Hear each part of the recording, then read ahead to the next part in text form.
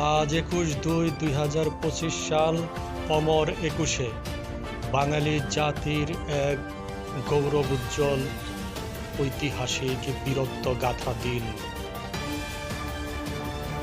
অথচ ঐতিহাসিক এই বীরত্ব গাথা দিনে আমরা টাঙ্গাইল কেন্দ্রীয় শহীদ মিনারে কি দেখতে পেলাম?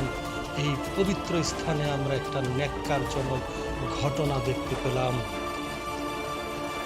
যে বাঙালি জাতি মসজিদ, মন্দির, গির্জা এরকম একটি পবিত্র স্থানে, এমন ধরনের পবিত্র স্থানে যারা চুরির মতো ঘটনা ঘটাতে পারে, ন্যাক্কারজনক ঘটনা ঘটাতে পারে, তাদের দ্বারা আমরা কি আশা করতে পারি?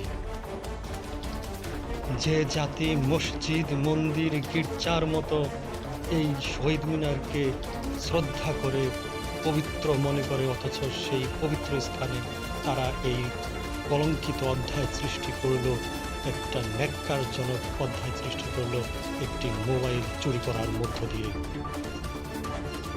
প্রিয় দর্শক মণ্ডলী, আপনাদেরকে একটা কথা জানিয়ে রাখি, যে জাতি এই পবিত্রতম স্থানে, শহীদ মিনারের মতো একটা পবিত্র স্থানে চুরির মতো ঘটনা ঘটতে পারে, সেই জাতি সংসদে গিয়ে কি করবে?